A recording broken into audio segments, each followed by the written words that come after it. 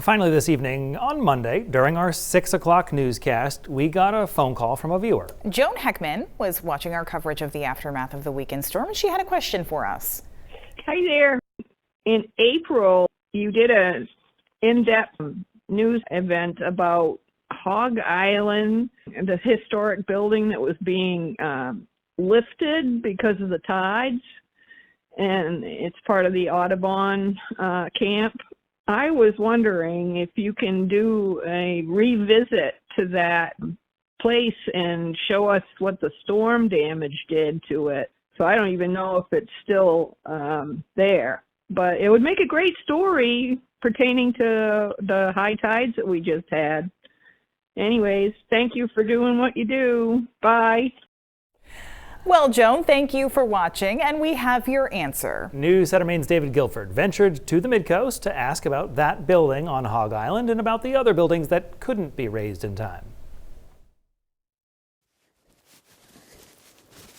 Eric Snyder took a much less peaceful walk down this path last Saturday. I was right down here along the shore, kind of watching the waves roll in.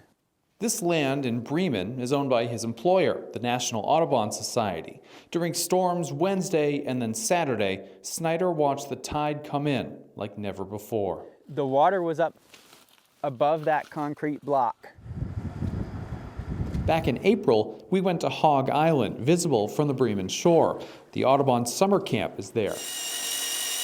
And they were lifting one building 3 feet to better prepare for storms and rising sea levels. All the work and planning that we put into that to lift it up higher, I think is really what saved it from this storm.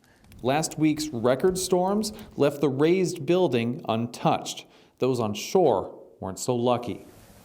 The angry ocean ripped a wharf from its pier and threw it onto the rocks and pushed this boathouse off of its foundation, causing chaos just as Snyder's team was planning to lift it next.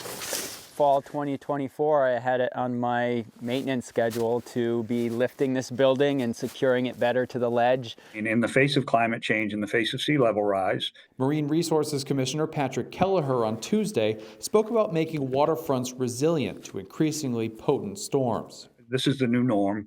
We need to make sure that as we build back, we're building back higher and stronger. Higher and stronger is the most obvious solution. But not every wharf here is attached to someone's third home.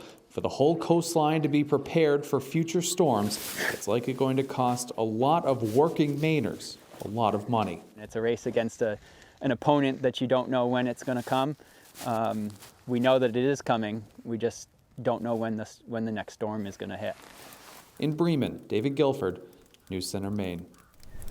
Wow. Commissioner Kelleher said yesterday that the governor has now called an emergency meeting for the state's climate council for later this month. Too bad they couldn't get to those others I know, in to see how much time. they moved. And in